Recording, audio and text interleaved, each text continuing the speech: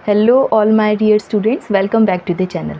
Genetics में हम लोग अपने नेक्स्ट लेसन की तरफ मूव कर रहे हैं आज। अभी तक हम लोग ने मेंडेल के बारे में मेंडेलियन जेनेटिक्स कंप्लीट कर लिया, पोस्ट भी थोड़ा बहुत देख लिया।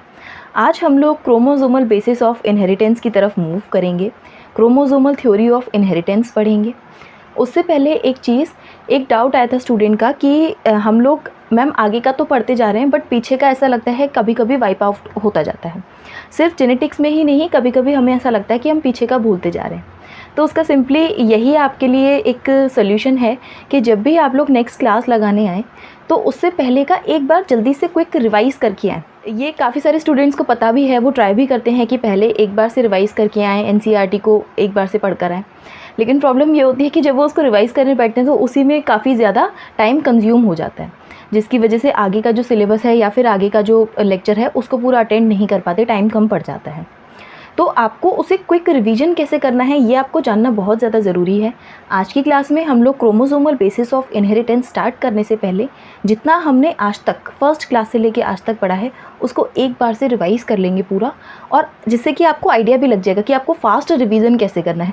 पूरा आपको दोबारा नहीं पढ़ना होता है, आपको बस जो हाईलाइटेड पॉइंट्स हैं उन्हें ध्यान रखना होता है और रिवीजन करना होता है। तो आज की क्लास में हम लोग पहले स्टार्टिंग से लेके अब तक का रिवाइज़ करेंगे एक बार से। 5 मिनट में देखना हम लोग रिवाइज़ कर लेंगे जितना अब तक हमने पढ़ा है। उसके बाद क्रोमोसोमल थ्योरी ऑफ इनहेरिटेंस की आगे मूव करेंगे। तो चलो जल्दी से हम लोग देखते हैं कि कैसे रिवाइज़ करना है।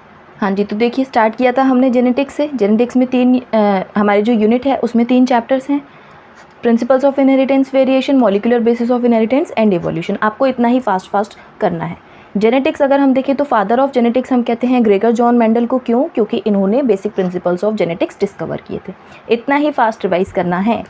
जेनेटिक्स जो टर्म जेनेटिक्स है वो हमें बेटसन ने दिया था 1905 में। ये जेनेटिक्स है क्या एक्चुअली? डेफिनेशन देखिए, the study of inheritance and variations is called genetics.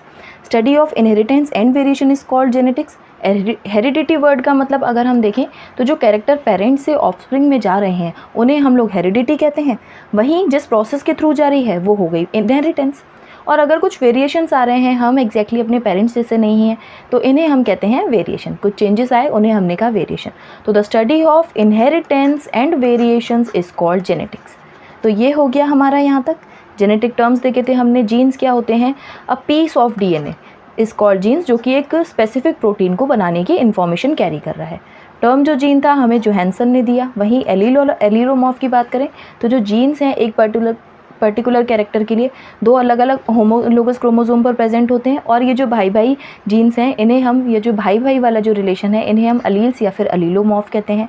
Term हमें बेटसन ने दिया। कैरेक्टर की अगर हम बात करें तो कोई भी कैरेक्टरिस्टिक क्या है, हाइट, कलर, ये सब क्या है, इसे हम लोग कैरेक्टर कहते हैं। और वहीं इसके 2 ट्रेट हैं। अगर हाइट का देखें तो हम लोग ड्वार्फ और टॉल, एक कैरेक्टर के 2 ट्रेट हैं, ये हो गए हमारे ट्रेट। इसका डिटेक्टेबल वेरिएंट होना चाहिए, 2 होने चाहिए, मतलब 2 तो होने ही चाहिए। और फिर जीन लोकस की बात करें तो particular position of gene is called gene locus. Location of a gene is called locus. Homozygous क्या होता है? होमो मतलब सेम। एक अलील में जो हमारा अलील का जो आपस में भाई हैं 2, जो जीन पेयर है, जो अलील हैं 2 भाई हैं, अगर सेम हैं तो होमोजाइगस कहेंगे, अलग अलग हैं तो हेटेरोजाइगस कहेंगे।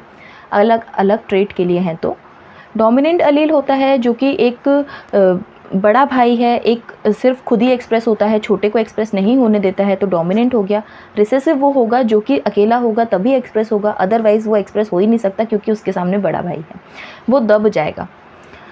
फिनोटाइप की बात करें तो जो फिजिकल अपीयरेंस है वो हो गई हमारी फिनोटाइप। और वहीं जीनोटाइप की बात करें तो जो जेनेटिक कॉन्स्टिट्यूशन है वो हो गया हमारा जीनोटाइप। इस तरीके से आपको रिवाइज करना होता है। गैमेट की देखें तो मैच्योर रिप्रोडक्टिव सेल होता है जो कि स्पेशलाइज्ड है एम्फीमिक्सिस के लिए, यानी कि फ्यूजन के लिए, यानी कि फर्टिलाइजेशन के लिए। हाइब्रिड की बात करें तो सिंपली मीन्स मिक्सचर होता है। जेनेटिक्स में क्या करते हैं, 2 पेरेंट्स मिलकर एक ऑफस्प्रिंग बना रहे हैं, उन्हें हम हाइब्रिड कहते हैं। F1 जनरेशन की बात करें तो 2 पेरेंट्स के क्रॉस से जो बनी जनरेशन उन्हें हम F1 जनरेशन कहते हैं। और वहीं F1 के सेल्फिंग से अगर हम कोई जनरेशन प्रोड्यूस कर रहे हैं तो उसे हम लोग F2 जनरेशन कहते हैं, जिसे हम फर्स्ट फिलायल या फिर सेकेंड फिलायल जनरेशन भी कह सकते हैं। Punnett square, RC Punnett geneticist थे, ब्रिटिश जेनेसिस्ट। उन्होंने हमें कॉन्सेप्ट दिया था 1927 में, ऐसे पुनेट स्क्वायर बना के हम लोग जिससे ईजीली हमारे क्रॉसेस कर सकें। इतने हो गए हमारे इंपॉर्टेंट टर्म्स। फिर हमने स्टार्ट किया था हमारा फर्स्ट चैप्टर जिसमें हमने मेंडल के बारे में पढ़ा था। मेंडल के ये ईयर पर क्वेश्चन नहीं आए हुए हैं ज़्यादा, आपको ध्यान रखना है। फादर ऑफ जेनेटिक्स हैं। 7 ईयर्स तक इन्होंने गार्डन पी पर वर्क किया था जिसका नाम था पाइजम सैटिवम। साइंटिफिक नेम आपको याद रखना है। वर्क ईयर जो था इनका ये बहुत ज़्यादा इंपॉर्टेंट है। 7 ईयर्स ऑफ वर्क एक्सपेरिमेंट्स थे। 1856 टू 1865 ये बहुत ही ज़्यादा इंपॉर्टेंट है, इसे हाईलाइट कर लीजिएगा अपने नोट्स में या फिर एनसीईआरटी में। इसके बाद में 1865 तक इन्होंने वर्क किया और 66 में अपने वर्क को पब्लिश कर दिया plant hybridisation, experiment on plant hybridisation नाम के पेपर में। इनके जो रिज़ल्ट थे नहीं माने गए, फिर इनकी डेथ हो गई 1884 में अल्टीमेटली थ्रू जो किडनी डिसऑर्डर था, इसका इतना कुछ नहीं है, ध्यान रखना। फिर 1900 में इनकी रीडिस्कवरी की 3 साइंटिस्ट ने, वेरीस, कोरेंस एंड शेमार्क ने इंडिपेंडेंटली किया था, ये आपको ध्यान रखना है। मेंडल के जो वर्क थे इनको रीडिस्कवर किया 1900 में after the time lapse of 34 years of their publishment. जब इन्होंने पब्लिश किया था 1966 में, उसके 34 ईयर्स के बाद में रीडिस्कवरी हुई, आपको ये याद रखना है। इन्होंने पब्लिश कब किया, रीडिस्कवरी कब हुई और एक्सपेरिमेंट्स के जो इनके ईयर्स थे, ये तीनों चीज़ें आपके लिए बहुत ज़्यादा इंपॉर्टेंट है। रीज़न क्या थे टाइम लैप्स के, कम्युनिकेशन डिफ़िकल्ट था, कॉन्सेप्ट ऑफ स्टेबल अनब्लेडिंग और जो डिस्क्रीट यूनिट था ये किसी को समझ में नहीं आ रहा था, कोई फिजिकल प्रूफ नहीं दे पा रहे थे कि डिस्क्रीट यूनिट या जो फैक्टर्स हैं वो क्या हैं, और जो अप्रोच थी इनकी मैथमेटिकल और स्टैटिस्टिकल जो टूल्स थे, तो इसको ये अनएक्सेप्टेबल था इनके लिए। वहीं फिर जो साइंटिस्ट आए इन्होंने 1901 में फ्लोरा में इनके जो वर्क थे उसको रीपब्लिश कर दिया। इतना हो गया। मेंडल की सक्सेस का रीज़न क्या हुआ, इतने सालों के बाद भी सक्सेस कैसे मिल गई, तो इनका मेथड ऑफ वर्किंग बहुत अच्छा था। एक टाइम पर एक ही कैरेक्टर को फोकस करते थे, ट्रू ब्रीडिंग पी लाइन्स इन्होंने ली थी, क्रॉस पॉलिनेशन अवॉइड करते थे और बाय अनडिज़ायरेबल प्लांट, ये आपको ध्यान रखना है, और केप्ट एक्यूरेट रिकॉर्ड भी रखते थे अपने रिजल्ट्स का। सिलेक्शन ऑफ पी प्लांट इन्होंने किया था, ये बहुत अच्छी बात हो गई थी। मैनी डिस्क्रीट अल्टरनेटिव ट्रेट थे, produce large number of seeds, short life span था और प्रीडोमिनेटली सेल्फ पॉलिनेटिंग था, यानी कि ट्रू ब्रीडिंग था, और क्रॉस पॉलिनेशन से हमें फर्टाइल हाइब्रिड्स मिलते थे। मेंडल का क्रॉसिंग मेथड जो कि आर्टिफिशियल हाइब्रिडाइजेशन था, ये बहुत ज़्यादा हेल्पफुल हुआ इनके एक्सपेरिमेंट्स में, इनको सफलता दिलाने में। मेंडल के जो हाइब्रिडाइजेशन एक्सपेरिमेंट थे इन्होंने किए, पी प्लांट पर इन्होंने लिए 7 कैरेक्टर्स जिसके 14 कॉन्ट्रास्टिंग ट्रेट हुए। ठीक है, कैरेक्टर्स बहुत सारे थे। एक लड़की ने क्वेश्चन पूछा था, एक स्टूडेंट ने क्वेश्चन पूछा था कि पी प्लांट में कितने कैरेक्टर्स हैं। कैरेक्टर्स पी प्लांट में बहुत थे, बट मेंडल ने चूज़ किए थे 7 कैरेक्टर्स जिसके कि 14 कॉन्ट्रास्टिंग ट्रेट हुए। तो 7 कैरेक्टर इन्होंने क्या चूज़ किए, स्टेम की हाइट जिसमें टॉल डोमिनेंट था, ड्वार्फ रिसेसिव। इन्होंने सीड की शेप और सीड का कलर लिया, राउंड रिंकल्ड, राउंड जिसमें डोमिनेंट हुआ, रिंकल्ड रिसेसिव। येलो और ग्रीन कलर जो था ये लिया, येलो कलर जो था डोमिनेंट हुआ और ग्रीन कलर रिसेसिव हुआ। फ्लावर के इन्होंने 2 चीज़ें ली, कलर और पोजीशन। जो कलर था वॉयलेट कलर डोमिनेट था वाइट पर, और वहीं पोजीशन एक्सियल डोमिनेट थी टर्मिनल पर। पॉड के इन्होंने 2 चीज़ें ली, शेप और कलर। शेप जो था वो फुल डोमिनेट था कॉन्स्ट्रिक्टेड पर, वहीं कलर डोमिनेट ग्रीन कर रहा था येलो पर। तो आपको ये चीज़ ध्यान रखनी है, जो सीड है सीड में येलो डोमिनेंट है और जो आपकी पॉड है पॉड में ग्रीन डोमिनेंट है, ये चीज़ आपको याद रखनी है। और वहीं फ्लावर की अगर पोजीशन की बात करें तो फिर एक्सियल पोजीशन आपकी डोमिनेंट है, ये आपको याद रखना है। जो चीज़ें आप भूल जाते हैं उन्हें आपको बार बार ध्यान रखना है। मेंडल के जो लॉ ऑफ इनहेरिटेंस हैं, ये पी प्लांट पर इन्होंने 7 ईयर्स तक एक्सपेरिमेंट्स किए और एक्सपेरिमेंट्स के रिजल्ट्स के बेसिस पर इन्होंने हमें लॉस दिए, 3 लॉस दिए, law of dominance, law of segregation, law of independent assortment. ये दोनों इन्होंने हमें दिए मोनो हाइब्रिड क्रॉस के बेसिस पर, और ये वाला इन्होंने दिया हमें डाई हाइब्रिड क्रॉस के बेसिस पर। मोनो हाइब्रिड क्रॉस इन्होंने किया, तो मोनो हाइब्रिड क्रॉस का हम लोग ने जब पेरेंट्स से करवाया तो फर्स्ट फिलहाल जो जनरेशन थी ऑल टॉल आए, वहीं F2 जनरेशन जो थी इसका फिनोटिपिक रेशियो हमारा आया 3:1 एंड जीनोटिपिक रेशियो हमारा आया 1:1। ये रेशियो पर क्वेश्चन आता है, ये आपको याद रखना है।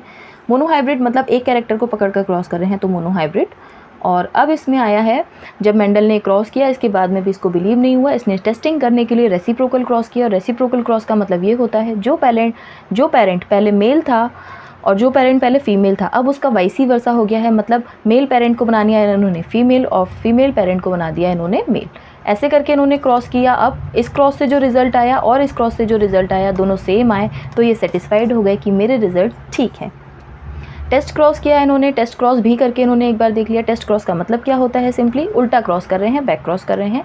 और इसमें हम क्या करते हैं, जो भी हमारी F1 जनरेशन आ रही है इसका हम लोग किसी रिसेसिव पेरेंट से क्रॉस कराते हैं। रिसेसिव पेरेंट से क्रॉस करा के हमें पता चल जाएगा कि जो F1 है ये होमोजाइगस है या फिर हेटेरोजाइगस है। ये पता लगाने के लिए हम लोग टेस्ट क्रॉस करते हैं। फिर आया बैक क्रॉस। बैक क्रॉस का मतलब होता है आपका सिंपली किसी भी F1 पेरेंट का F1 जो जनरेशन आई है किसी भी पेरेंट के साथ में इसका क्रॉस करा दें। ठीक है, तो बैक क्रॉस में क्या होता है, F1 का किसी भी पेरेंट के साथ में क्रॉस करा दिया, और वहीं अगर ये पेरेंट रिसेसिव है तो इसको हम लोग टेस्ट क्रॉस का नाम दे देते हैं। टेस्ट क्रॉस हम क्यों करते हैं, जिससे कि हमें किसी भी इंडिविजुअल का जीनोटाइप का आइडिया लग सके। अब जो एक्सपेरिमेंट किए मेंडल ने मोनोहाइब्रिड क्रॉस में, इसमें इन्होंने पोस्टुलेट्स दिए, कुछ postulate based on factors of genetics, जिसमें इन्होंने फैक्टर्स के बारे में बताया। फैक्टर्स होते हैं और एलिलोमॉर्फिक पेयर बनते हैं। वहीं इन्होंने दूसरा पोस्टुलेट दिया, postulate of dominance and recessiveness. एक डोमिनेट करता है दूसरे को, ये इन्होंने हमारा पोस्टुलेट दिया। थर्ड पोस्टुलेट इन्होंने दिया सेग्रीगेशन का, कि जो सेग्रीगेट हो जाते हैं। इन्हीं के बेसिस पर इन्होंने दो लॉज दिए। इसके बेसिस पर इन्होंने लॉ ऑफ डोमिनेंस दिया और इसके बेसिस पर इन्होंने लॉ ऑफ सेग्रीगेशन दिया। लॉ ऑफ डोमिनेंस की अगर हम बात करें तो characters are controlled by discrete unit called factors. ये फैक्टर्स अकर इन पेयर में मिलते हैं हमेशा, और डिसिमिलर पेयर ऑफ फैक्टर में हमेशा एक डोमिनेट करता है दूसरे को, ये इन्होंने बताया। फिर इन्होंने हमें दिया लॉ ऑफ सेग्रीगेशन। इन्होंने इसको law of purity of gametes भी कहते हैं। वही इन्होंने बताया कि जब भी गैमेट फॉर्मेशन होता है तो फिर सेग्रीगेट हो जाते हैं आपस में, तो इसका कोई एक्सेप्शन नहीं है, यूनिवर्सली एप्लीकेबल है, ये याद आपको रखना है। तो अगर ये यूनिवर्सली एप्लीकेबल है तो लॉ ऑफ डोमिनेंस के दो एक्सेप्शंस हैं। दो एक्सेप्शंस क्या हुए लॉ ऑफ डोमिनेंस के, इनकम्प्लीट डोमिनेंस एंड को डोमिनेंस। इनकम्प्लीट डोमिनेंस का अगर हम देखें तो दोनों थोड़ा थोड़ा डोमिनेट कर रहे हैं। इसका एक एग्जांपल मैंने आपको बताया था, एक डॉग फ्लावर है जिसको हम लोग स्नैपड्रैगन या फिर एंटीरियर माजस भी कहते हैं। इसमें क्या करते हैं, जो या तो इसमें रेड कलर के फ्लावर होते हैं या फिर वाइट कलर के फ्लावर होते हैं। जब F1 जनरेशन अगर हम लोग इन्हें क्रॉस करा के आती है तो ऑल फ्लावर पिंक आ जाते हैं। बट इन्हीं की अगर हम लोग सेल्फिंग करवा देते हैं, सेल्फिंग करवाने से हमें 1:1 का रेशो मिलता है, जिसमें से कि हाफ प्लांट होते हैं हमारे रेड कलर के, हाफ प्लांट होते हैं हमारे वाइट कलर के, 1/4 प्लांट होते हैं हमारे रेड कलर के, 1/4 प्लांट होते हैं हमारे वाइट कलर के, और वहीं हाफ प्लांट हो जाते हैं हमारे पिंक कलर के। तो इसका phenotypic and genotypic ratio same आता है, दैट इज़ 1:1। ये आपको याद रखना है, ये आपकी NCERT में यहाँ पर मेंशन है, आपको ये याद रखना है। दूसरा हमने जो एक्सेप्शन देखा था वो था को डोमिनेंस। को डोमिनेंस को अगर हम देखें तो AB ब्लड ग्रुप इसका एग्जाम्पल हमारी NCERT में दिया हुआ है। वहीं कोट कलर इन रोन वगैरह भी एग्जाम्पल हैं इसके, अगर आप पुराने क्वेश्चन देखेंगे तो आपको मिल जाएगा, बट वो आपको ध्यान नहीं रखना, आपको AB ब्लड ग्रुप ही ध्यान रखना है। इसमें हमने क्या किया था कि जो RBC थी AB ब्लड ग्रुप में क्या होता है, दोनों टाइप की शुगर प्रोड्यूस होती हैं, A टाइप की भी और B टाइप की भी, यानी कि A एंटीजन भी मिलता है और वहीं B एंटीजन भी मिलता है RBC के सरफेस पर।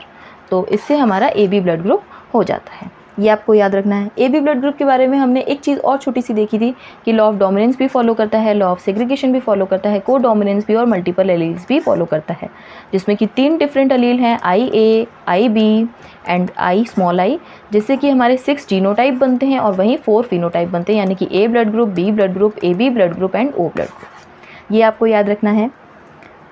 फिर हमने कुछ क्वेश्चन प्रैक्टिस किए थे जो कि आप लोग देख लीजिएगा अगर आपको कोई डाउट रह गया हो तो। इनहेरिटेंस ऑफ 2 जीन की तरफ मूव करेंगे। डाईहाइब्रिड क्रॉस मतलब 2 कैरेक्टर्स को साथ में पकड़ के हम लोग देखेंगे। तो इसमें क्या करना है, सिंपली F1 जनरेशन में तो हमारे राउंड एंड येलो सीड आ गए थे, वहीं F2 जनरेशन का हमने जब क्रॉस किया तो जो फिनोटिपिक रेशो था वो आया हमारा 9:3:1। मैंने आपको ऐसा भी कहा था, अगर आपको याद नहीं होता तो फ़ोन में पासवर्ड लगा लीजिए। और वहीं जीनोटिपिक रेशो था 12:12:4:21:21। अब इसके बीच में ऐसे करके आप रेशो लगा लीजिए जिससे कि आपको ये याद हो जाएगा। तो फिनोटिपिक और जीनोटिपिक रेशो आपको मोनोहाइब्रिड और डाईहाइब्रिड क्रॉस के याद रखना बहुत ज़्यादा ज़रूरी है। क्वेश्चन इस पर आया हुआ है, आ भी सकता है और ईजी हो जाता है क्योंकि हमें ये याद होता है। डाईहाइब्रिड क्रॉस मेंडल ने किए, इस पर इन्होंने क्या पोस्टुलेट निकाला, पोस्टुलेट ही निकाला, वही लॉ हो गया, लॉ ऑफ इंडिपेंडेंट असॉर्टमेंट। तो 4 पोस्टुलेट अब तक हमारे हो गए। पहला एलिलोमॉर्फिक पेयर वाला, दूसरा डोमिनेंस और रिसेसिवनेस वाला, तीसरा सेग्रीगेशन वाला और फोर्थ ही हो गया इंडिपेंडेंट असॉर्टमेंट। 4 पोस्टुलेट 3 लॉ, ये आपको याद रखना है।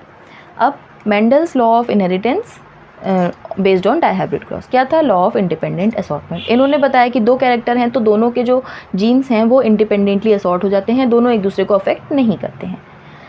ठीक है, नहीं करते हैं, अलग अलग क्रोमोसोम पर अगर हैं तो कोई दिक्कत नहीं होती है, बट अगर सेम क्रोमोसोम पर ये थोड़ा सा गड़बड़ हो गया, अगर ये सेम क्रोमोसोम पर बैठा हुआ हो और बहुत ज़्यादा पास बैठा हुआ हो तो कभी कभी ये लिंक हो जाते हैं और साथ में इनहेरिटेड हो जाते हैं, सेपरेट नहीं हो पाते हैं, इंडिपेंडेंट नहीं हो पाते हैं एक दूसरे से, तो इसे हम लोग एक्सेप्शन कह देते हैं इसका, जिसका नाम है लिंकेज। तो लिंकेज हो गया इसका एक्सेप्शन। तो यूनिवर्सल लॉ हमारा सिर्फ और सिर्फ लॉ ऑफ सेग्रीगेशन है, that is second law of inheritance, और बाकी ये दोनों के एक्सेप्शंस हैं। इतना हमने कर लिया। फिर हमने एक टेबल देखा था कि इस पर कुछ क्वेश्चंस आ जाते हैं कि टाइप ऑफ गैमीट अगर बताने हो तो 2 टू द पावर n कर दीजिए। n मतलब नंबर ऑफ जो आपके हेटेरो गैमीट दिए हुए हैं आपको, हेटेरो जो दिया हुआ है आपको, ठीक है। और जाइगोट निकालने हो तो 2 टू द पावर 2 कर देना इसमें और 4 टू द पावर 2 कर देना इसमें। नंबर ऑफ फिनोटाइप निकालने हो तो 2 टू दी पावर n यानी कि 1, डाईहाइब्रिड मोनोहाइब्रिड का हो गया आपका 2 टू दी पावर 2, डाईहाइब्रिड का हो गया आपका 4। जीनोटाइप निकालने हैं तो 3 टू दी पावर n यानी कि 1 करेंगे तो 3 आ जाएंगे आपके मोनोहाइब्रिड क्रॉस के, और वहीं डाईहाइब्रिड के 3 टू दी पावर 2 करेंगे तो 9 आ जाएंगे। फिनोटिपिक रेशियो 3:1 होता है और जीनोटिपिक रेशियो 1:1 होता है मोनोहाइब्रिड क्रॉस के लिए। इसी का अगर आप स्क्वायर कर देंगे तो डाईहाइब्रिड क्रॉस का आ जाएगा, क्यूब कर देंगे तो आप ट्राईहाइब्रिड क्रॉस का आ जाएगा। और सेम फॉर हमारे जीनोटिपिक रेशियो। तो ये हमारे फिनोटिपिक और जीनोटिपिक तो आपको डायरेक्टली याद रखने हैं, मोनोहाइब्रिड और डाईहाइब्रिड के। ट्राईहाइब्रिड के नहीं आते हैं, बाय चांस अगर आप भी गए तो ऐसे करके निकाल लीजिएगा। फिर हमने कुछ क्वेश्चन प्रैक्टिस किए थे, ये यहाँ पर ओवर हो गया था। फिर हमने देखा था पोस्ट मेंडेलियन इनहेरिटेंस के बारे में थोड़ा सा कुछ। इसमें हमने क्या किया, जो जीन्स हैं यूजुअली फंक्शन और एक्सप्रेस करते हैं सिंगल और इंडिविजुअली, बट कभी कभी आपस में एक दूसरे को अफेक्ट करना स्टार्ट कर देते हैं, जिसे हम लोग जीन इंटरेक्शन भी कहते हैं। अगर ये gene interaction same allelic pair में हो रहा है, 2 भाइयों के अंदर हो रहा है, तो इसे हम इंटर अलीलिक इंटरेक्शन भी कहते हैं या फिर इंट्राजेनिक इंटरेक्शन भी कहते हैं। इसमें हम लोग incomplete dominance, co dominance, multiple allelism and pleiotropic genes पढ़ते हैं। ये दोनों हम लोग आगे पढ़ चुके, ये दोनों अभी थोड़ा सा रिवाइज करते हैं। मल्टीपल एलिलिज्म मतलब एक चीज़ को कंट्रोल करने के लिए बहुत सारे अलील प्रेजेंट हैं। ABO ब्लड ग्रुप इसका एग्जाम्पल है आपका। दूसरा प्लियोट्रोपिक जीन्स, प्लियो मीन्स मैनी, तो क्या होगा, एक सिंगल जीन जो है बहुत सारे इफेक्ट प्रोड्यूस कर रहा है, बहुत सारे इफेक्ट प्रोड्यूस कर रहा है, तो ये हो गया आपका प्लियोट्रोपी जीन्स। इसे हम लोग फिनाइल कीटोन यूरिया में प्लियोट्रोपी आप पढ़ेंगे, फिनाइल कीटोन यूरिया इसका एग्जाम्पल है, और इसे हम लोग लीथल जीन्स भी कहते हैं, आपको ये याद रखना है। फिर दूसरा, अगर वहीं एलिलिक पेयर में ना होकर एक कैरेक्टर के जो जीन है वो दूसरे कैरेक्टर के जीन को अगर अफेक्ट करना स्टार्ट कर देता है तो नॉन एलिलिक या फिर इंटरजेनिक इंटरेक्शन भी कहते हैं इसे हम, जिसे हम लोग एपिस्टेसिस भी कहते हैं। इसमें क्या होता है, अगर ये यहाँ पर एक कैरेक्टर का जीन है, ये बैठे दूसरे कैरेक्टर के जीन को अफेक्ट करना स्टार्ट कर देता है, तो जो अफेक्ट करता है इसे हम एपिस्टैटिक जीन कहते हैं, और जो बेचारा अफेक्ट हो जाता है इसे हम हाइपोस्टैटिक या फिर मास्क जीन भी कहते हैं। इसमें हम लोग कॉम्प्लीमेंट्री जीन, डोमिनेंट एपिस्टेसिस या फिर इनहिबिटिंग जीन्स, रिसेसिव एपिस्टेसिस या फिर supplementary gene, duplicate genes, collaborator genes, ये सब कुछ पढ़ते हैं। बहुत ज़्यादा नहीं पढ़ना, हल्का सा मैंने आपको बता दिया क्या होता है, आइडिया ही याद रखना था इसका। फिर लास्ट में आता है आपका पॉलीजेनिक इनहेरिटेंस। इसमें क्या होता है, बहुत सारे जीन्स की इनहेरिटेंस। कोई कैरेक्टर है जो कि बहुत सारे जीन से कंट्रोल हो रहा है, इसे हम लोग पॉलीजेनिक इनहेरिटेंस कहते हैं, और इन्हीं जीन्स को हम लोग पॉलीजीन्स भी कहते हैं, जैसे कि human height and human skin colour. Skin colour ABCD इनसे कंट्रोल होता है, बहुत सारे इसमें जीन्स हैं जो कि कंट्रोल कर रहे हैं ह्यूमन कलर या ह्यूमन हाइट को। इतना हो गया आपका अब तक का रिवीजन। अब हम देखते हैं क्रोमोसोमल बेसिस ऑफ इनहेरिटेंस। थोड़ा सा थम जाइए, इतना आपका रिवीजन हो गया है। अब आपको क्रोमोसोमल बेसिस ऑफ इनहेरिटेंस देखना है। जितना हमने अब तक की क्लासेस में पढ़ा एक बार से सम अप कर लिया है, बहुत जल्दी से अच्छे से समझ में आ गया होगा। जो मैंने आपको पॉइंट्स बताया उन्हें हाईलाइट कर लीजिएगा, वो हाईलाइटेड पॉइंट्स हैं आपके। मेंडेलियन हो गया हमारा। अब आता है हमारा क्रोमोसोमल बेसिस ऑफ इनहेरिटेंस, जिसमें हम लोग क्रोमोसोमल थ्योरी ऑफ इनहेरिटेंस पढ़ेंगे। इसमें आपको सबसे पहले ये ध्यान रखना है कि क्रोमोसोमल थ्योरी ऑफ इनहेरिटेंस दिया किसने था। तो आप लोग जैसे मैंने जो आपको पॉइंट्स बताया उन्हें आप हाईलाइट कर लीजिएगा एक बार से, और फिर आपको क्रोमोसोमल थ्योरी ऑफ इनहेरिटेंस देखनी है। NCERT में मार्क करते जाइएगा। देखिए आपको क्या करना है, ये ध्यान रखना है कि WS सटन एंड बोवेरी, आपको इनके पूरे नाम याद नहीं रखने, प्यार से थोड़े से नाम याद रखने हैं। Sutton and Boveri. Sutton and Boveri ने हमें क्रोमोसोमल थ्योरी ऑफ इनहेरिटेंस दिया। इन्होंने क्या किया, देखिए मैं आपको थोड़ा सा एक बार से आइडिया दूँ। 1900 में क्या हुआ, जो हमारे 3 साइंटिस्ट थे उन्होंने रीडिस्कवरी की किसकी, मेंडल्स के लॉ की। उसके बाद में थोड़ा सा माइक्रोस्कोपी का डेवलपमेंट होना स्टार्ट हुआ, जिसमें जो सेल डिविजन्स है ना, उनको थोड़ा सा ऑब्जर्व करना स्टार्ट किया गया, जिसमें हमें क्रोमोसोम विजिबल होने लगे। क्रोमोसोम को कलर बॉडीज़ भी कहा गया, क्योंकि क्रोमा का मतलब होता है कलर, और कलर बॉडीज़ इन्हें कहा गया। इन्हें इसलिए कलर बॉडीज़ कहा गया क्योंकि स्टेनिंग से ये कलर हो जाता था इनके ऊपर, तो इन्हें क्रोमोसोम कह दिया। इनका मूवमेंट थोड़ा सा समझ में आने लगा माइक्रोस्कोपी के थ्रू। तो 1902 में सटन एंड बोवेरी ने नोटिस किया कि जो मेंडल ने हमें जीन्स का रिलेशन बताया था ना, कि ऐसे सेग्रीगेट हो जाते हैं, ऐसे पेयर हो जाते हैं, ऐसा ये हो जाता है, ऐसा वो हो जाता है, उन्होंने कुछ नोटिस किया कि जो क्रोमोसोम का बिहेवियर है सेम पैरेलल है हमारे जीन्स के बिहेवियर से। मतलब जो जीन्स का बिहेवियर हमें मेंडल बता गए, फैक्टर बोलते थे वो उनको, जो जीन्स का बिहेवियर हमें मेंडल बता गए, वही सेम बिहेवियर हो रहा है क्रोमोसोम्स का। तो इसका मतलब जो जीन्स हैं वो क्रोमोसोम पर लोकेटेड हैं, ऐसा कुछ है। तो ये इनको थोड़ा सा आइडिया हो गया, और इन्होंने अपनी ऑब्जर्वेशन के हिसाब से क्रोमोसोमल थ्योरी ऑफ इनहेरिटेंस दिया। इस थ्योरी में इन्होंने क्या किया, जो जेनेटिक मटेरियल है रिस्पॉन्सिबल फॉर इनहेरिटेंस वो क्रोमोसोम में है, ऐसा इनको समझ में आ गया। इन्होंने क्या किया कि जो मेंडल जो बताए थे ना कि सेग्रीगेट हो जाते हैं जब जीन, वो गैमीट फॉर्मेशन होता है, और फिर इंडिपेंडेंटली सेग्रीगेशन हो जाते हैं, और फिर फ्यूजन वगैरह होके हमें मिल जाते हैं। तो वही सेम इन्होंने यहाँ पर इनको समझ में आ गया क्रोमोसोम्स की स्टडीज़ के थ्रू। अभी तक जब हमने पुरानी क्लासेस में पढ़ा तो क्या पढ़ा हम लोग, क्रोमोसोम, मैं आपको क्रोमोसोम से तो बताई थी, क्रोमोसोम पर ऐसे लोकेटेड है, ऐसे हो रहा है। मेंडल को ये सब नहीं पता था, मेंडल ने जस्ट बताया था। मैंने आपको जो क्रोमोसोम के हिसाब से समझाया वही क्रोमोसोमल थ्योरी ऑफ इनहेरिटेंस है। तो अब क्या करना है, क्रोमोसोम जो थे पैरेलल थे जीन्स के, मतलब क्रोमोसोम जीन्स, जो हमारे जीन्स है क्रोमोसोम्स पर ही तो है। तो क्रोमोसोम और जीन्स में क्या पैरेललिज्म है, ये थोड़ा सा एनसीईआरटी में कॉन्फ्लिक्शन करके इतना सा आपको दिया हुआ है पिंक कलर के बॉक्स में, वही मैं आपको बता देती हूँ। देखिए हल्का सा है, मतलब अब तक जो हम लोग समझते आ रहे हैं ना क्रोमोसोम्स के बेसिस पर, वही है, बस एक बार से देख लेना है। एनसीईआरटी इसके बाद में जाकर पढ़ लीजिएगा। यहाँ पर देखिए दिया हुआ है, आप देखिए पैरेललिज्म इसमें बताना है सेम बिहेवियर है, जो कि हम लोग होमोलोगस क्रोमोसोम में अब तक पढ़ते आ रहे हैं ना, कि होमोलोगस क्रोमोसोम पर ऐसे प्रेजेंट होते हैं जीन्स, और फिर ये सेग्रीगेट हो जाते हैं, सेम पर प्रेजेंट है, और फिर ये सेग्रीगेट हो गए गैमीट फॉर्मेशन के टाइम पर जब मियोसिस हुआ, वही है सेम इधर आपको बताया हुआ है। अब देखिए एक आपको ये हो गया, दूसरा आपको यहाँ पर दिया हुआ है कि जो डबल स्टैंडर्ड पर प्रेजेंट होता है ड्यूरिंग माइटोसिस में के ड्यूरेशन में क्या होता है, क्रोमेटिड सेपरेट हो जाते हैं, है ना, 2 डॉटर न्यूक्लिया में, एक ये क्रोमेटिड सेपरेट हो गया, एक ये क्रोमेटिड सेपरेट हो गया, और फिर 2 डॉटर न्यूक्लिया में चले जाते हैं, और एक जो न्यूक्लिया नए बनते हैं उनके पास में कैरेक्टर को कंट्रोल करने वाला जीन मिल जाता है, ठीक है। वहीं मियोसिस में हमने देखा तो होमोलोग जो क्रोमोसोम्स हैं हमारे, ये सेपरेट हो जाते हैं और डॉटर न्यूक्लिया में चले जाते हैं। वहीं जो गैमीट है वो एक टाइप का ही जो अलील या फिर ट्रेट है उसको कैरी करता है। मतलब जैसे कि टॉल और ड्वार्फ का जो जीन था, तो एक गैमीट में या तो टॉल का जाएगा या फिर ड्वार्फ का, ऐसा जाएगा। तो ये हमें बताया, ये हम लोग मियोसिस और माइटोसिस ऑलरेडी पढ़कर आ चुके हैं, हमें ऑलरेडी पता है। तो बस एक बार से इन्होंने आइडिया दे दिया था थोड़ा सा, क्योंकि तब हमें नहीं पता था, इन्होंने बताया तब जाके हम पढ़ पाए और हमें समझ में आया। फर्टिलाइजेशन के टाइम पर दोनों फ्यूज़ हो जाते हैं और दोनों वापस में मिल जाते हैं। ये आपको इधर गिवन है, ये लाइंस आपको गिवन है, सेम एनसीईआरटी में जो आपको वो दिया हुआ ना टेबल, वो यही है। अब देखिए क्रोमोसोमल थ्योरी ऑफ इनहेरिटेंस में ये वाला जो पैराग्राफ है ना एनसीईआरटी का, ये आपको हाईलाइट पूरे ही कर लेना है। मान लीजिए जैसे आप लोग बोर्ड्स के स्टूडेंट हैं तो आपको आंसर करना है, तो इतना पैराग्राफ आपके लिए बहुत ज़्यादा इंपॉर्टेंट है, 4-5 लाइन। एक बार से देखिए, Sutton and Boveri argued that the pairing and separation of pair chromosome led to segregation of pair of factor that they carry. Sutton united knowledge of chromosomal segregation with Mendel's principle and called it chromosomal theory of inheritance. Mendel ने जो बताया वो और chromosome का जो थोड़ा सा knowledge उसे मिला, वो दोनों को मिला के उसने क्रोमोसोमल थ्योरी ऑफ इनहेरिटेंस हमें दे दिया। इसका जो एक्सपेरिमेंटल वेरिफिकेशन था ये इन्होंने हमें दिया थॉमस हंट मॉर्गन ने दिया था, ठीक है। सटन एंड बोवेरी ने नहीं दिया था, थॉमस हंट मॉर्गन ने इसका, मतलब सटन एंड बोवेरी ने इतना बता दिया, इसके बाद में थॉमस हंट मॉर्गन आए, इन्होंने थोड़ा सा हमें आइडिया दिया, एक्सपेरिमेंटल प्रूफ दिया। थॉमस हंट मॉर्गन थे कौन, इन्हीं के वहाँ पे थे, इन्हीं के साइंटिस्ट जो थे, इन्हीं के स्टूडेंट थे, ठीक है। इन्होंने बताया कि ड्रोसोफिला मेलानोगैस्टर, इस पर इन्होंने एक्सपेरिमेंट किया, जो कि हम फ्रूट फ्लाई भी कहते हैं इसे। फ्रूट फ्लाई बहुत छोटी छोटी सी फ्लाइज हैं, इन पर इन्होंने एक्सपेरिमेंट किया जिसका नाम है ड्रोसोफिला मेलानोगैस्टर।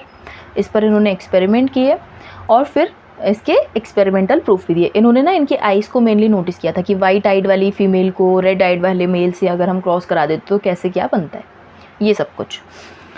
तो इन्होंने फ्रूट फ्लाई लिया था। इन्होंने जो डिस्कवरी किया था मेनली जो सेक्सुअल रिप्रोडक्शन में जो वेरिएशंस आ रहे हैं उन पर, और फिर इन्होंने आपको ये बताया कि क्रोमोसोमल थ्योरी ऑफ इनहेरिटेंस का एक्सपेरिमेंटल प्रूफ दिया। वेरिएशंस कैसे आ रहे हैं, क्या आ रहे हैं, इन्होंने ये दिया। लिंकेज और रिकॉम्बिनेशन का कॉन्सेप्ट भी यहीं से आया। अब देखिए आपको ध्यान क्या रखना है कि जो आपकी ये है ड्रोसोफिला मेलानोगास्टर, इस पर क्वेश्चंस कहाँ से आते हैं। एक तो इन्होंने ड्रोसोफिला मेलानोगास्टर पर एक्सपेरिमेंट किया, ठीक है, जिसको हम लोग फ्रूट फ्लाई भी कहते हैं। ये चीज़ आपको ध्यान रखनी है। किया किसने, थॉमस हंट मॉर्गन ने किया। एक्सपेरिमेंटल प्रूफ ये आपको याद रखना है। इसके अलावा आपको एक चीज़ ये याद रखनी है कि इन्होंने इस पर किया तो इस पर करने के इनको फ़ायदे क्या मिले, कैसे क्या हुआ, क्यों किया इस पर। तो देखिए सबसे पहले आपको कुछ पॉइंट्स इसी एनसीईआरटी में हाईलाइट कर लेने हैं। सिंपल सिंथेटिक मीडियम में ग्रोथ कर सकते थे लेबोरेटरी में, क्योंकि बहुत छोटी छोटी सी है ना फ्लाइज, सिंपल हम लोग इसे ग्रोथ करा सकते थे। लाइफ साइकिल को कंप्लीट कर सकता था 2 वीक्स में, मतलब 2 वीक्स के बाद में हमें रिजल्ट मिल जाते थे। तो सबसे अच्छा पॉइंट ये। सिंगल मीटिंग से एक बार मीटिंग करवाते थे और बहुत सारे प्रोजेनीज हमें मिल जाते थे। सबसे बढ़िया बात, एक बार इनकी मीटिंग कराई और हमें बहुत सारे नंबर ऑफ प्रोजेनीज मिले जिसको हम लोग स्टडी कर सकते हैं। क्लियर डिफ्रेंशिएशन था मेल और फीमेल में, क्योंकि बहुत ज़्यादा ज़रूरी है कि किस में कैरेक्टर्स कौन से जा रहे हैं, तो इनका सेक्स डिफ्रेंशिएशन होना बहुत ज़्यादा ज़रूरी है। तो जो छोटी वाली फ्लाई होती थी ये मेल होती थी और जो बड़ी वाली फ्लाई होती थी ये फीमेल होती थी। आपको ये भी याद रखना है, ये आपका क्वेश्चन आ सकता है। ये एनसीईआरटी का डायग्राम, और छोटी मेल है और बड़ा छोटा मेल है, बड़ा फीमेल है, ये आपको याद रखना है। डिस्टिंग्विशेबल था मेल फीमेल करना। Also heredity variation can see in power. अब अगर हम लोग लो पावर माइक्रोस्कोप से इनके देखें तो कुछ कुछ इनके वेरिएशंस भी हम लोग देख सकते थे। तो ये हमारे इनके थे बेनिफिट्स, किसके, जो इन्होंने एक्सपेरिमेंट किए फ्रूट फ्लाई पर। तो फ्रूट फ्लाई लेने के इनके क्या बेनिफिट्स हुए ये आपको समझ में आ जाएगा यहाँ से।